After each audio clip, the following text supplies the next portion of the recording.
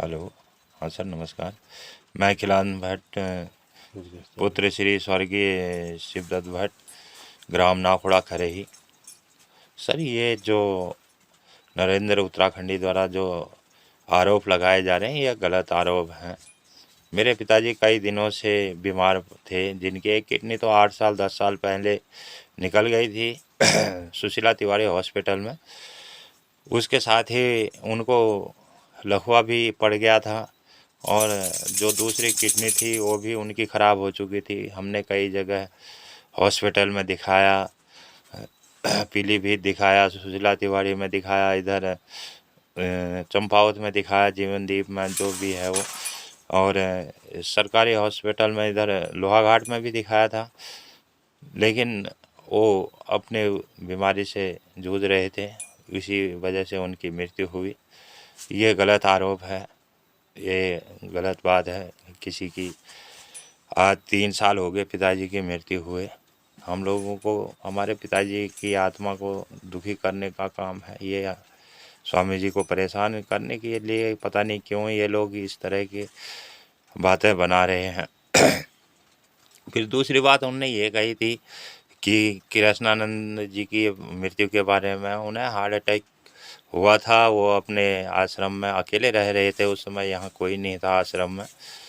जो कि सुबह उनने चाय बना के चाय पी थी। हम लोग उनके लिए, स्वामी जी ने 1 किलो दूध लगाया था दूध देने के लिए। छोटा भाई गया तो उनने देखा उन्हें पड़े हुए हालत में, तो उनने हम सबको बुलाया। सभी लोग गए तो सारे लोग आए, क्षेत्र के सभी लोग ने देखा। उसके बाद उनका अंतिम संस्कार किया गया। इस तरह से अफवाहें ना फैलाएं। और उन्होंने कहा था कि कृष्णानंद की बेटी का भी उनने बोला था कि उनकी भी मृत्यु हुई। उनकी वो खटीमा में स्कूल पढ़ती थी, उनके अपने ही बाथरूम में, घर के बाथरूम में है। अचानक उन्हें क्या हुआ या किस तरह का क्या घटना घटी कि बाथरूम में गिर पड़ी और वहाँ पर उनकी मृत्यु हो गई थी। और वहाँ से फिर उनके घर वाले उनको अपने घर ले गए। पिताजी हमारे जो थे बीमार पड़े थे 3-4 साल से। 3-4 साल हमने उनका इलाज कराया, जिसमें स्वामी जी ने भी काफ़ी सहयोग किया। सुशीला तिवारी में, पीलीभीत हॉस्पिटल में भी दिखाया उनको, जिसमें स्वामी जी का सहयोग रहा।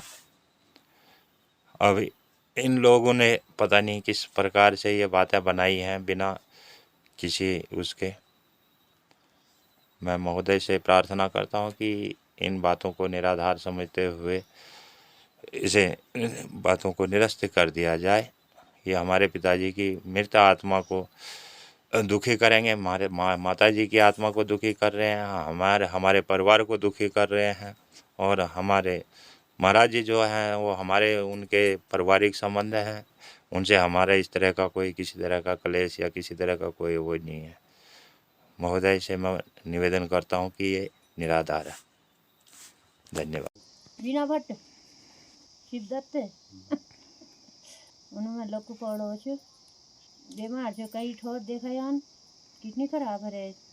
एक किडनी पहली है खराब, एक फिर है दूसरी किडनी खराब है गए, दुई खराब होली तो कहाँ बस लो आदमी नहीं अपने मृत्यु मृत्यु है आगे उन्होंने मर गए। कह ना उन्होंने लकु पड़ो छो उन लेटिंग जा रहो छो वहाँ बैठे आवाज़ लगा उन्होंने बुढ़िया तू कौन से में ली मछू वहाँ आयो। फिर मैं उन्होंने इतना अपन नौर लगा फिर मैं दो कहीं यहाँ उकड़ा पाई मल्ली भीतर ली जाने उन आधे घंटे बाद खतुन है गए।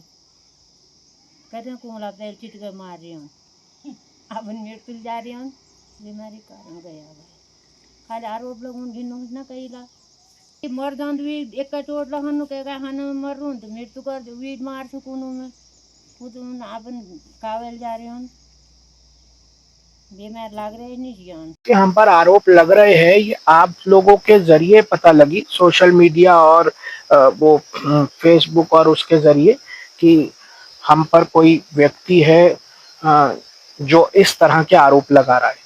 तो जब आप ये पूछते हैं कि वो ऐसे आरोप क्यों लगा रहा है, तो ये सवाल तो आपको उससे पूछना चाहिए कि वो ऐसा आरोप क्यों लगा रहा है, क्योंकि हम तो उस व्यक्ति से कभी जीवन में मिले नहीं, हमें पता भी नहीं है वो व्यक्ति कौन है, कभी हमारा उसके साथ आमना सामना साक्षात्कार कभी नहीं हुआ। रह गई बात कि 5-6 दिनों से ये मामला 8 साल से हम यहाँ हैं, और जिन लोगों के विषय में वो विचार लगा रहा है, आज उन आत्माओं को गए को भी मेरे ख्याल में 2 या 3 साल हो गए होंगे। उनके द्वारा आरोप लगाना, ये हमको भी थोड़ा समझ कम लगी, क्योंकि जिसके परिवार के गण गए हैं, अगर वे कोई आरोप लगाते तो हमें बात शायद समझ में आती, लेकिन किसी दूसरे आदमी के द्वारा आरोप लगाया जाना, ये हमें भी समझ में बात सही पता नहीं। हम तो यही आग्रह आपसे करेंगे कि आप उन्हीं से पूछिए कि वे किन साक्ष्यों के आधार के ऊपर ऐसे आरोप हम पर लगा रहे हैं। हमें हकीकत में ये बात समझ में नहीं आई कि ऐसे आरोपों से हमको क्यों जोड़ा गया, और एकाएक क्यों जोड़ा गया। जो व्यक्ति को गए 2 साल 3 साल हो गए, 4 साल हो गए, उनके अचानक हम पर इस तरह के आरोप लगाना, ये हमको भी बात सही ढंग से समझ में आई नहीं। इतना जरूर किसी ने हमसे कहा, उन्हीं के परिवार या उनके जो नजदीकी लोग हैं, कि इनका जीवन में आमदनी शायद कमाने का ढंग ये है कि वो पहले किसी के ऊपर में आरोप लगाते हैं, और फिर आरोप लगाने के बाद में उनसे बिठा करके कोई बात करना चाहते हैं, और उस ढंग से वो अपने जीवन की आमदनी करते हैं। ये भी हमें पता नहीं है कि ये बात में कितना सत्य है, लेकिन कुछ लोगों ने हमसे ऐसा कहा कि इनका ढंग ही जीवन का ये है। और हम ये कहते हैं कि देखो, आरोप उन्होंने लगाए, आरोप कोई भी किसी पर लगा सकता है। आप पत्रकार हैं, आपका समाज में एक अपना स्थान है। जिनने आरोप लगाए, आप उन आरोपों की पुष्टि करा लें। अगर वे आरोप सही हैं तो हमें बिल्कुल दंड दें, और अगर वे आरोप सही नहीं हैं तो ऐसे व्यक्तियों को समाज में इस तरह की जो भ्रांतियां फैलाई है, या जिस तरह से लोगों में या हमारे प्रेमियों में आक्रोश की स्थिति पैदा करी है, उनको माफी मांगनी चाहिए। और जो भी कानून की धारा के अंतर्गत, उसके अंतर्गत दंड बनता है, तो दंड उनको जरूर देना चाहिए। ना तो इस ढंग से समाज में अराजकता और ये आपस में भाईचारा नहीं होगा, प्रेम टूट जाएगा। क्योंकि किसी ढंग से आप किसी के प्रति जाकर के कोई भ्रांति फैलाएंगे तो अशांति की व्यवस्था खुद ब खुद समाज में खड़ी होगी। तो हमारा यही आग्रह है कि इसकी जांच कराई जाए, और जांच कराने के बाद अगर हम दोषी हैं तो हमारे खिलाफ कार्रवाई हो, जो कानून के अंतर्गत होती है। और अगर वे जो उन्होंने आरोप लगाए हैं वे निराधार पाए जाए, तो उनको कानून को समझाना चाहिए कि इस ढंग से किसी व्यक्ति के ऊपर ऐसे आरोप ना लगाए। हमारे साथ में जिनकी भावनाएं जुड़ी हैं, उन्होंने जरूर ये शिकायत दी है कि इन किस आधार के ऊपर में हम पर आरोप लगाए हैं, इसका जो है जांच करी जाए, और जांच करने के बाद जो भी सत्य है वो सामने लाया जाए। और एक बात और सामने आई है कि जिस परिवार के सदस्यों के बारे में उन्होंने आरोप लगाया हम पर हत्या का, उन परिवार के लोगों ने शायद ऐसा बयान सामने दिया है जिस पर आज उनको पुलिस ने नोटिस कर करके बुलाया भी था, कि इन जो ये आरोप लगा रहे हैं, ये आरोप बेबुनियाद और निराधार है। उस परिवार के लोगों ने शायद ऐसा कोई वो स्टेटमेंट उसमें दिया है कि ये सारे आरोप जो इन पर लगाए गए हैं, ये हमारे परिवार द्वारा लगाए नहीं गए हैं, ये बाहर के व्यक्ति हैं, ये हमें जानते भी नहीं है, इनसे कोई हमारा बहुत लंबा चौड़ा वास्ता भी नहीं है, और हम इस तरह के किसी भी आरोप को खंडन करते हैं। बल्कि अगर आप ईमानदारी से जांच करेंगे तो शायद आपको जांच पे ये भी बात पता लगेगी कि जिन लोगों की हत्या का ये आरोप लगा रहे, उनका इलाज आश्रम के द्वारा कराया गया है, उनको सुशीला तिवारी में भर्ती कराया गया। इस मामले में हमारा कहना यह है कि हमारे से ज्यादा अच्छा वे बताएंगे, तो आप उनसे जरूर बयान लें कि आपके परिवार में ये जो भी मृत्युएं हुई हैं, किस कारण से घटी। ऑपरेशन कालनेमी में क्या हुआ है? नमस्कार भाइयों बहनों, हमारा जो ऑपरेशन कालनेमी चल रहा था उत्तराखंड में, तो हमने भी अपने नाखुड़ा जो आश्रम है, जिसे तथाकथित आश्रम कहा जा रहा है, उसमें रह रहे एक व्यक्ति जो अपना नाम प्रेम सुगंध बताता है, जबकि वो हरियाणा का एक भगोड़ा है। वहाँ की अदालत ने पंचकुला की उसे भगोड़ा घोषित किया था, 20,000 का इनामी घोषित किया था। तो पिछले 3-4 महीने पहले पीलीभीत से उसे गिरफ्तार भी किया था। शायद अदालत में उसके निर्णय का क्या हुआ ये हमें पुख्ता जानकारी नहीं है। तो उसके द्वारा हमारे क्षेत्र में नाखुड़ा में चंपावत जनपद के वहाँ पर आकर 2.5 नाली ज़मीन ली गई पहले वहाँ के किसानों से कि मैं आपके क्षेत्र में एक स्कूल खोलूँगा, अस्पताल खोलूँगा। ठीक है, लोगों ने शहर से उस बात को स्वीकार कर लिया। तब लोग इतनी ज़्यादा जांच पड़ताल में नहीं गए थे कि आदमी क्या है, क्या उसका ट्रैक रिकॉर्ड है। लेकिन धीरे धीरे उसने उन लोगों को डरा धमका कर या बहला फुसला कर शायद मुझे लगता है 25 से 30 नाली ज़मीन अपने नाम कर ली है। पहले अपने एजेंटों के नाम की होगी, उसके बाद 143 करके शायद अपना कोई एक साक्षी फाउंडेशन बना रखा है उन्होंने, एक NGO, उसके नाम या अपने नाम जैसे भी किया है वो सारे 25 से 30 नाली ज़मीन की रजिस्ट्री कर चुके हैं। जबकि उत्तराखंड में अगर कोई पब्लिक सेवा के लिए अगर कोई कार्य नहीं किया जा रहा है तो कोई बाहरी व्यक्ति यहाँ पर 2.5 नाली से ज़्यादा ज़मीन नहीं ले सकता है। उसके द्वारा सीधा ही हमारे यहाँ ज़मीनों का फ्रॉड किया गया है, भू कानून का उल्लंघन किया गया है और हमारे क्षेत्र के सीधे साधे किसानों की ज़मीन को अपने रजिस्टर्ड कर लिया गया है और अपनी अवैध गतिविधियां वहां से संचालित की जा रही हैं। और उसके द्वारा उसका एक वीडियो आज मैंने सुना, उसमें उन महानुभाव के द्वारा कहा जा रहा है कि जो उत्तराखंडी है जो ये मांग उठा रहा है कि यहाँ पर मर्डर हुए, यहाँ पर ये भूमि हत्या रहा है, मुझ पर आरोप लगा रहा है कि वो व्यक्ति ब्लैकमेलिंग का काम करता है, उसके पास शायद इनकम का कोई जरिया नहीं है। ऐसा मेरे को बोल रहा है कि उसके पास इनकम का जरिया नहीं है। मैं इस माध्यम से आप सब लोगों को अवगत कराना चाहता हूं कि मैं एक रजिस्टर्ड ठेकेदार हूं, मेरे पास अपनी एक इनकम है, मेरी एक ITR भरी जाती है। हम परिवार के 2 सदस्य हैं, मैं और मेरी पत्नी। मेरी वाइफ राजकीय सरकारी सिस्टम में टीचर है, उसको भी शायद 1 लाख के आसपास हर माह का वेतन मिलता है। मेरे पास अपने जो आजीविका है उसको चलाने के लिए पर्याप्त साधन है। मुझे किसी से मांगने की, ब्लैकमेलिंग करने की या किसी से गलत काम करने की कोई आवश्यकता नहीं है। सामान्य रूप से मेरी जीविका चल रही है और मेरा आंदोलन का जो इतिहास रहा है वो उत्तराखंड राज्य प्राप्ति के लिए 1994 से जब हमने यहाँ आंदोलन किए थे, तो 94 से आज हमें 30 साल होने जा रहे हैं।